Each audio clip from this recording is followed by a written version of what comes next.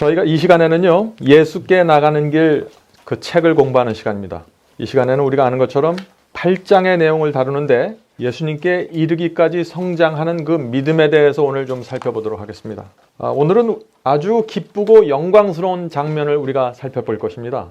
예수님께서 승천하시는 그 장면입니다. 또 제자들이 그 승천을 바라보면서 그들의 마음속에 생긴 감동과 경험에 대해서 우리가 나누려고 합니다. 자, 제가 먼저 말씀을 읽고 함께 생각하고 설명하도록 하겠습니다. 여러분이 지금 이 예수께서 승천하시는 그 장면에 여러분들도 가 계시다고 생각하면서 이 말씀을 좀 읽어주시면 큰 은혜가 될 것이라고 제가 믿습니다.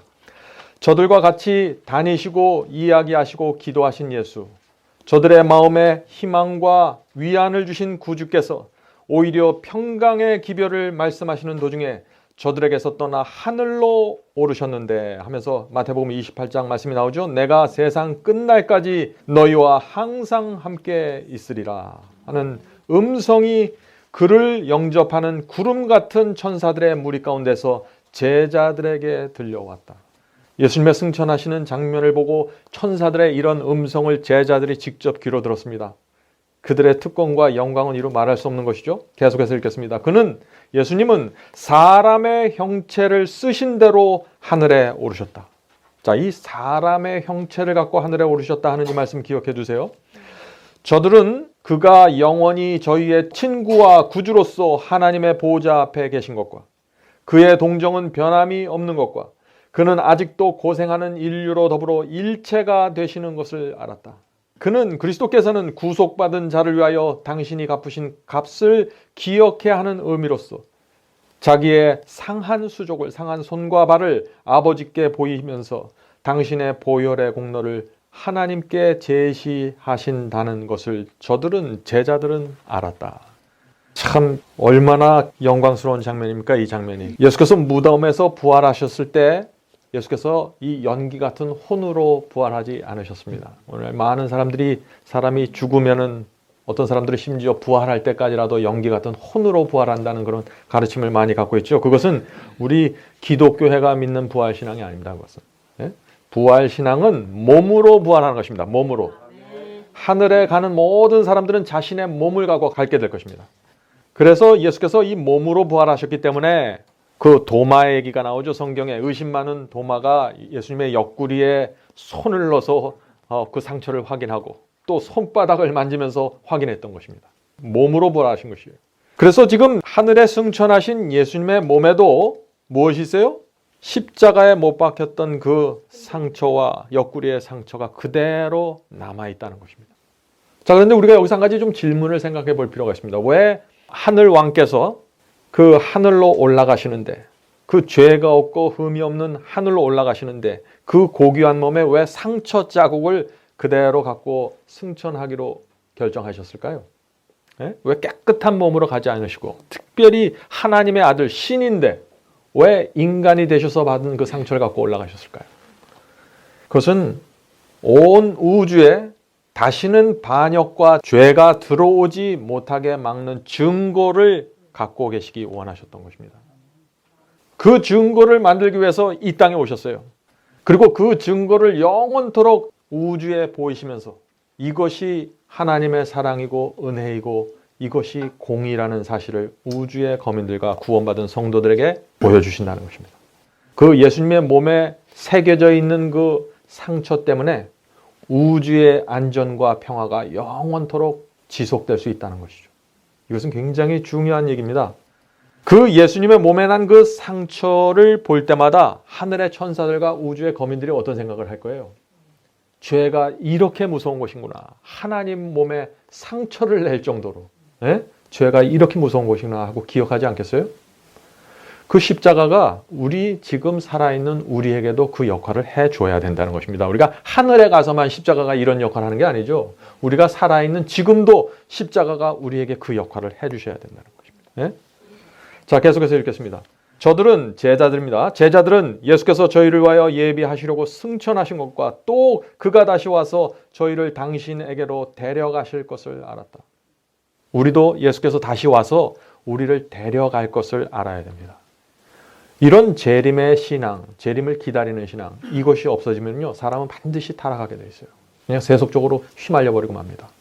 내가 살아있는 동안 반드시 그리스도께서 오실 것이고 그분을 만날 것이고 그분께서 나를 데려가실 것이다. 이 약속을 믿고 사는 사람과 이것이 없이 사는 사람들은 전혀 달라요. 그 얼굴 표정부터가 달라요. 삶도 다르고. 여러분들 그 사실 아십니까? 정말 그렇게 사셔야 됩니다. 계속해서 읽겠습니다. 예수 승천 후에는 저들이 함께 모일 때마다 예수의 이름으로 저희의 소원을 하늘 아버지께 열심으로 아뢰었다. 열심으로 아뢰을 수밖에 없어요. 모든 것을 보고 듣고 만졌으니까 이 사람들은. 예? 저희는 너희가 무엇이든지 아버지께 구하는 것을 내 이름으로 주시리라. 지금까지는 너희가 내 이름으로 아무것도 구하지 아니하였으나 구하라 그리하면 받으리니 너희 기쁨이 충만하리라. 요한복음 16장 23절 말씀이죠. 라고 하신 구주의 보증의 말씀을 반복하면서 엄숙하게 엎드려 기도하였다. 얼마나 이 제자들이 예수께서 이 땅에서 남기셨던 그 약속의 말씀을 붙잡고 살기를 원할까요? 예수님은 눈에 보이지 않았어요. 더 이상. 계속해서 먹고 자고 생활했는데 이제 예수께서 더 이상 눈에 보이지 않습니다. 만질 수도 없어요. 직접 말할 수도 없습니다. 예수께서 이 땅에 남겨놓으셨던 그 말씀 하나만을 갖고 이제 살아야 되는 것이에요. 저희도 마찬가지입니다. 저희도 예수께서 이 땅에 남기셨던 그 말씀을 그대로 붙잡고 살아가는 것입니다. 그게 믿음입니다. 그게. 그런 믿음이 바로 살아있는 믿음이에요. 살아있는 믿음. 예? 계속해서 읽어보죠. 저희는 다시 살아나신 이는 그리스도 예수시니 그는 하나님의 우편에 계신 자여 우리를 위하여 간구하시는 자신이라 하는 로마서 8장의 말씀을 유력한 논증을 가지고 신앙의 손을 더욱 높이 쳐들었다. 이러니까 제자들은 살아있는 신앙을 갖게 된 것입니다. 그들이 뭘 봤습니까? 예수께서 돌아가시는 것을 봤죠. 하나님의 아들이 부활하는 것을 봤습니다. 그런데 예수님만 부활한 게 아니에요. 부활하셨을 때. 그죠? 또 누가 부활했습니까? 예. 많은 이들이 부활했다 그랬어요. 그 말씀이 마태복음 27장 50절에 있습니다. 이 말씀은 여러분들 좀 기억해 주시기 바랍니다. 마태복음 27장 50절입니다. 50절부터 53절 제가 읽겠습니다.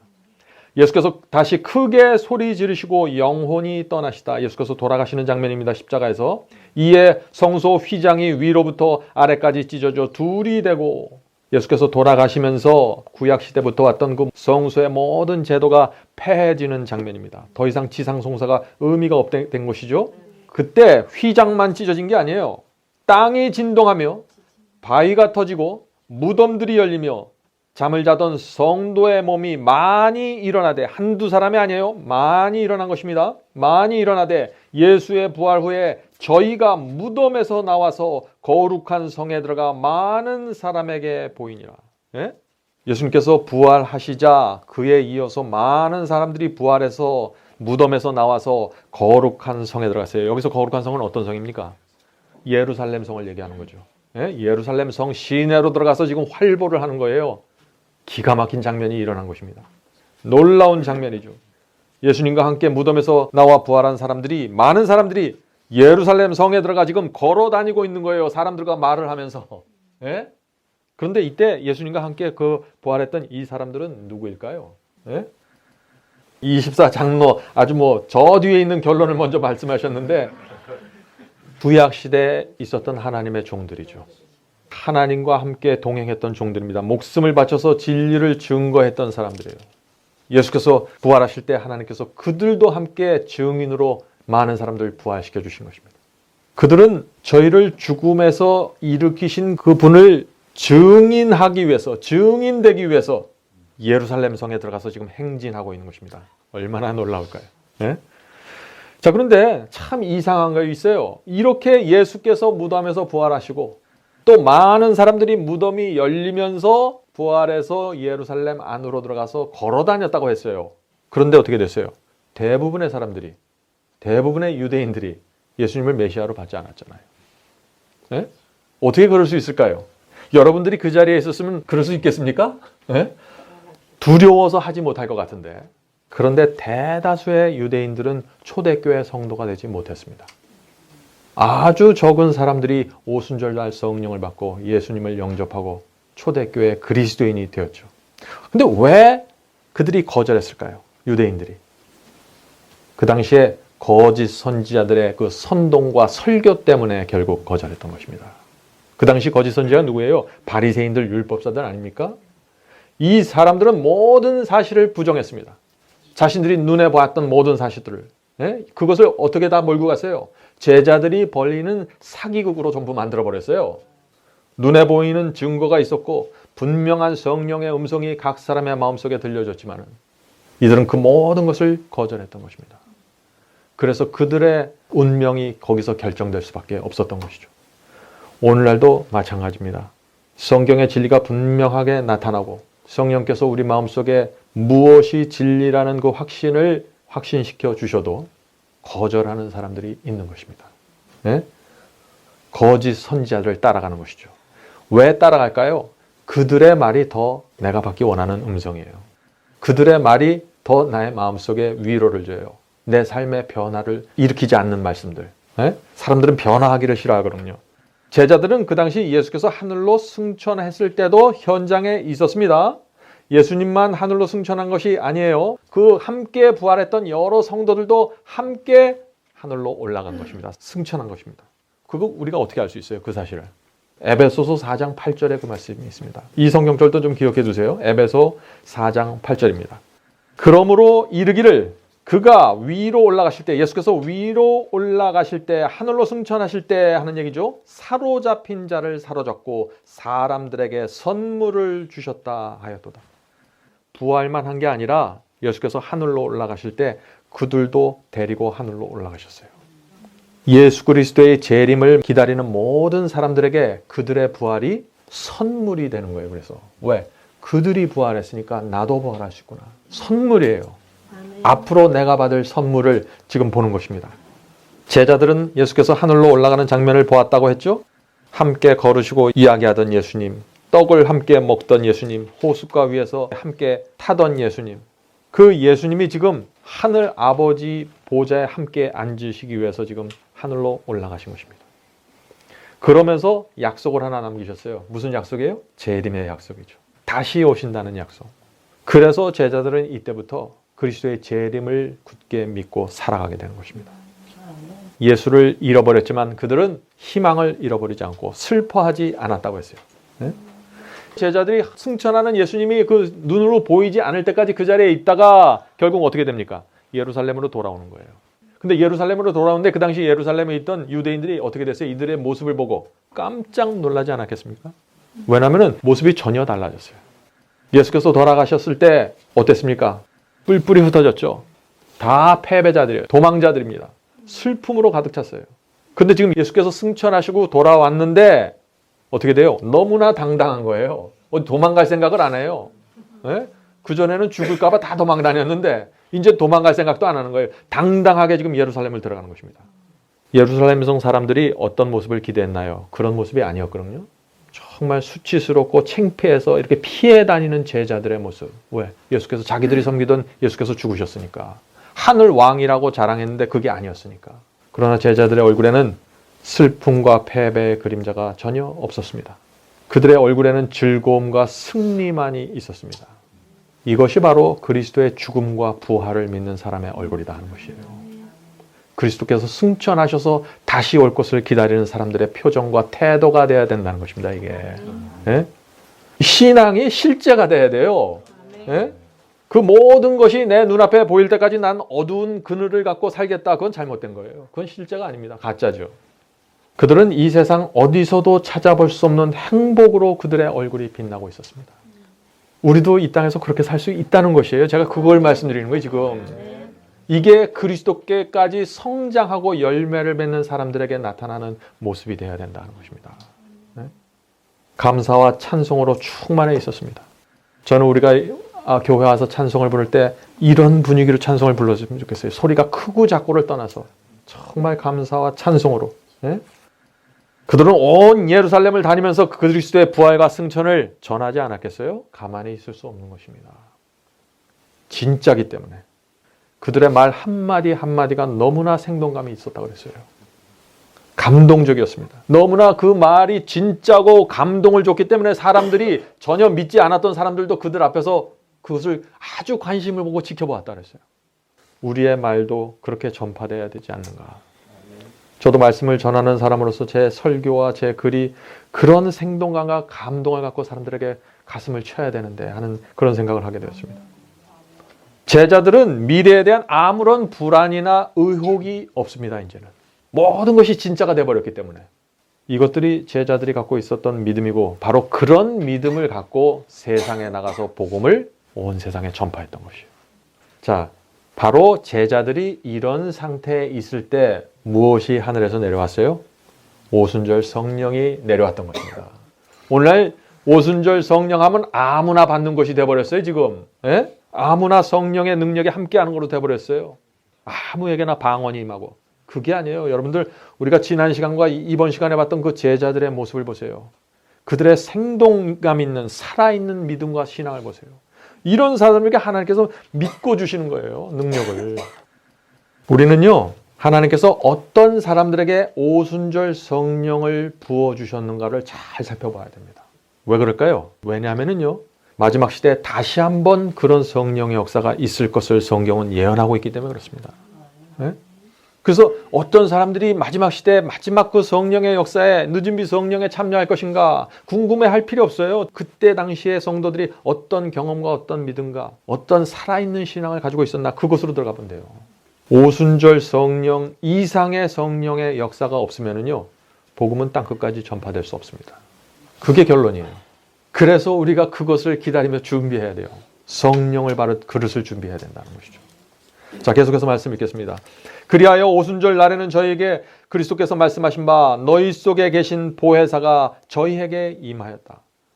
그가 또 말씀하시기를 내가 떠나가는 것이 너에게 유익이라 내가 떠나가지 아니하면 보혜사가 너에게로 오시지 아니할 것이요 가면 내가 그를 너에게 보내리니. 요한복음 16장 7절 말씀이죠.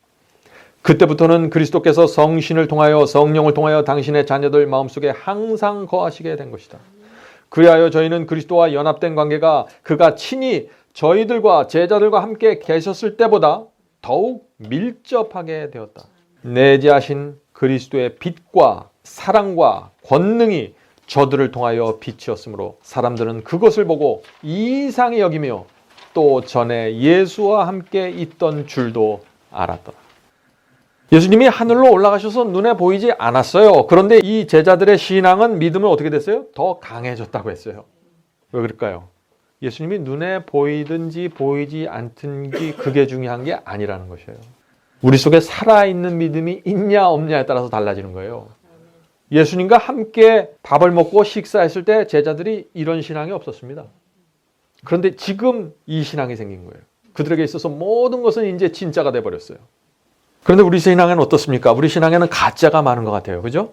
네? 분명하지 않는 것이 많아요. 희미한 것들이 있어요, 우리에게. 그래서 제자들에게 나갔던 이 능력이 안 나가는 거예요. 말을 한마디 해도. 근데 여기에 질문이 있을 수 있죠. 많은 분들이 이런 질문을 합니다. 제자들은 보고 듣고 실제로 만졌습니다. 그러나 우리는 아무것도 들은 적도 없고 본 적도 없지 않습니까? 그러니까 당연히 우리의 신앙은 뜨뜻미지근하고 희미할 수밖에 없죠. 라는 얘기죠. 여러분들 어떻게 생각하십니까? 그래서 예수께서 새 언약으로 우리를 들어오라고 말씀하시는 거예요. 새 언약 속에 들어간 사람들이 이 경험 속으로 들어가니까. 새 언약이 뭡니까? 그리스도의 피로 맺어지는 언약이에요. 십자가 앞에 나가서 그리스도의 피로 예수님의 죽음과 부활과 승천이 우리 가슴 속에 새겨지는 경험이에요. 그게 새 언약의 경험이에요. 우리 가슴 속에 새겨졌기 때문에 실제가 되어버리는 거예요. 그 다음부터는. 정말 그리스도의 재림을 믿고 기다리게 되는 것입니다. 전혀 다른 경험이죠. 네? 이 모든 경험이 성령을 통해서 이루어진다는 겁니다. 성령을 통해서. 자, 중세기 왈덴신들도 1000년 동안 그렇게 살았잖아요. 재림을 기다리면서 진리를 붙잡고. 실제가 될 수 있다는 것이에요. 자, 그런데 예수께서 승천하시고 성령께서 함께 하실 때 무엇이 제자들에게 나타났다고 했어요? 이 말씀 보면은 세 가지가 나타났다고 했습니다. 아까 읽은 마지막 부분이에요. 그리스도의 빛과 사랑과 권능, 이 세 가지가 나타났어요. 그래서 사람들이 그것을 보고 이상히 여겼다 그랬어요. 예? 이 사람들에게 전에는 없었는데 빛과 사랑과 권능이 있다고 지금 사람들이 느끼는 거예요. 진짜 신앙을 가지면은 성령께서 함께 하시면은요, 이 세 가지가 반드시 따라갑니다. 첫째, 빛이 따라갑니다. 빛. 빛은 뭐예요? 말씀에 대한 빛이 있어야 돼요. 예언에 대한 빛이 있어야 돼요. 빛이 분명하게 존재해야 됩니다. 이 빛이 없는데 사랑과 권능만 있으면 어떻게 돼요? 그건 좀 우스워지는 거예요, 이게. 예? 진리는 전혀 모르면서 사랑만 하겠다고 막 달려드는 사람들 있죠. 예? 능력이 있다고 나타나는 사람들. 문제가 있는 거예요. 세 가지가 다 있어야 돼요. 자, 그런데 어떤 분들은 또 무슨 문제가 있어요? 진리는 있는데 사랑이 없어요. 예? 진리는 분명히 있는 것 같아요. 하나님의 말씀과 율법이 있어요. 그런데 사랑이 없어요. 그래서 만나서 얘기해보면 딱딱하고 차디차고 냉랭합니다. 은혜가 없어요. 그리스도의 피를 느낄 수가 없어요. 사랑이 없기 때문에. 세 번째가 뭡니까? 능력이에요. 능력. 자, 능력으로 나타난 것이에요. 빛이 있고 사랑이 있습니다. 그러면은 그것이 연합이 돼서 반드시 능력으로 나타난다는 것입니다. 이 능력이라는 것은 방언하는 능력만 얘기하는 게 아니에요. 안진뱅이를 일으키는 능력만 얘기하는 건 아니에요. 말씀을 선포할 때 나타나는 능력을 말하는 거고, 회개의 능력, 감화력이 나타나야 되는 감화력. 네? 이 능력이라는 것은. 그래서 이 감화력이라는 것은 어떻게 나타나나요? 우리 삶 속에서. 어떤 사람이 가난한데 정말 만족하면서 살아요. 능력이에요. 성령께서 함께 하시는 사람에게 나오는 능력입니다. 어떤 사람은 암이 걸려서 병석에서 누워 있어요. 네? 외롭게 죽어가고 있어요. 그런데 그 얼굴에서 은혜가 나타나요. 그게 능력이에요. 네? 고난 속에서 예수님의 손을 붙잡고 일어나는 사람들이 있어요. 좌절하지 않고. 이게 능력이에요. 또 유혹이 오는데 그거 그냥 팍팍 쓰러지는 게 아니라 저항하고 물리치는 능력이 나타나요.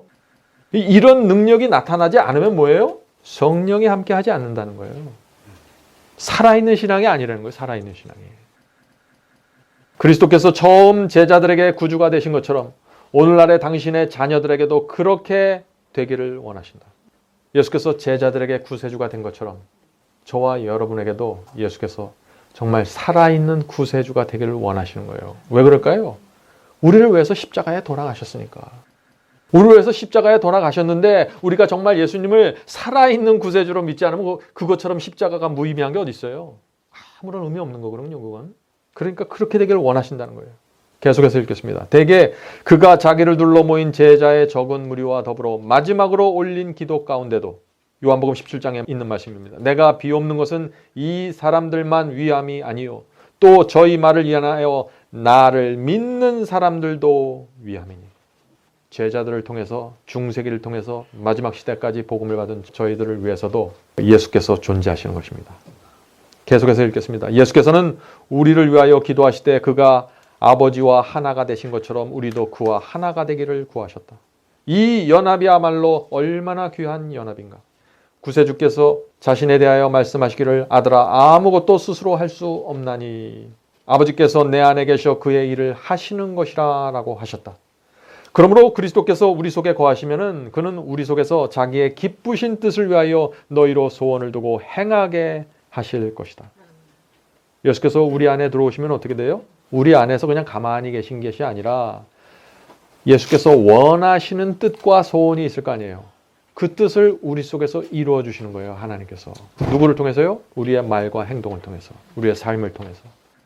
계속해서 읽겠습니다. 우리는 그가 행하신 것 같이 행하게 될 것이요. 또 그와 같은 정신을 나타내게 될 것이다. 그리하여 그를 사랑하며 그의 안에 거함으로써 범사에 그에게까지 자랄지라. 그는 머리니 곧 그리스도라. 예수님처럼 성장하는 경험이 우리 속에 이루어진다는 것이에요. 어떻게 되면요? 예수께서 우리 안에 들어오시면. 당연한 거 아니겠어요? 예수께서 우리 안에 들어오시면 우리를 사랑하는 당신의 자녀를 자기 닮은 자로 만들어 가실 거 아니에요. 너무나 당연한 거 아니에요? 그리스도 안에서 성장하고 열매 맺고 성화된다. 이거 여러분들 부담스럽게 생각하시면 안 돼요.